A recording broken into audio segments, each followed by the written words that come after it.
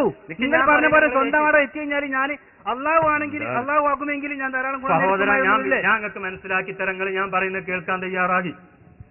ശരിക്കും ഞാൻ പറയുന്നത് കേൾക്കി.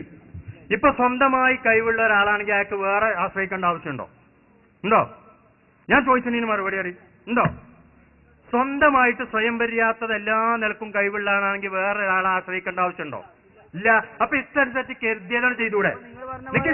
നിങ്ങൾ പറഞ്ഞതൊക്കെ ഞാൻ ചോദിക്കണ മറുപടി. അപ്പൊ ഇഷ്ടനുസരിച്ച് കരുതിയതൊക്കെയാണ് ചെയ്തുകൂടെ?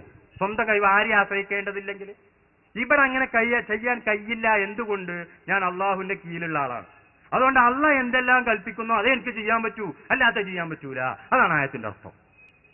അതേ സമയത്ത് അള്ളാഹിനെ പോലെ അള്ളാഹ്ക്ക് ഇപ്പൊ ചെയ്യാൻ വേറൊരാളോട് ചോദിക്കേണ്ടതുണ്ടോ?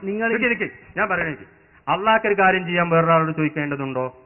ഇല്ല. അള്ളാഹിനെ പോലെ ഒരാളാണ് റസൂലുള്ളാഹ് നിങ്ങൾ വെച്ചോളി. അതാണ് സ്വന്തമായിട്ട് കൈവിണ്ട് പറഞ്ഞാല്.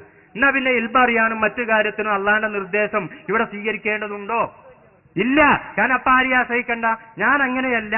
കാരണം ഞാൻ അള്ളാഹുവിന്റെ കീഴിലാണ്. അപ്പൊ ഇൽമുൽ ഗൈബാകട്ടെ അല്ലാത്ത വിഷയങ്ങളാകട്ടെ അതിലൊന്നും സ്വന്തമായിട്ട് എനിക്കൊന്നും തീരുമാനം കഴിച്ചുകൊണ്ടുക. അറിഞ്ഞാൽ തന്നെ പറയണമെങ്കിലും അതനുസരിച്ച് ചെയ്യണമെങ്കിലും അള്ളാഹുവിന്റെ അടുക്കൽ നിന്നുള്ള നിർദ്ദേശം.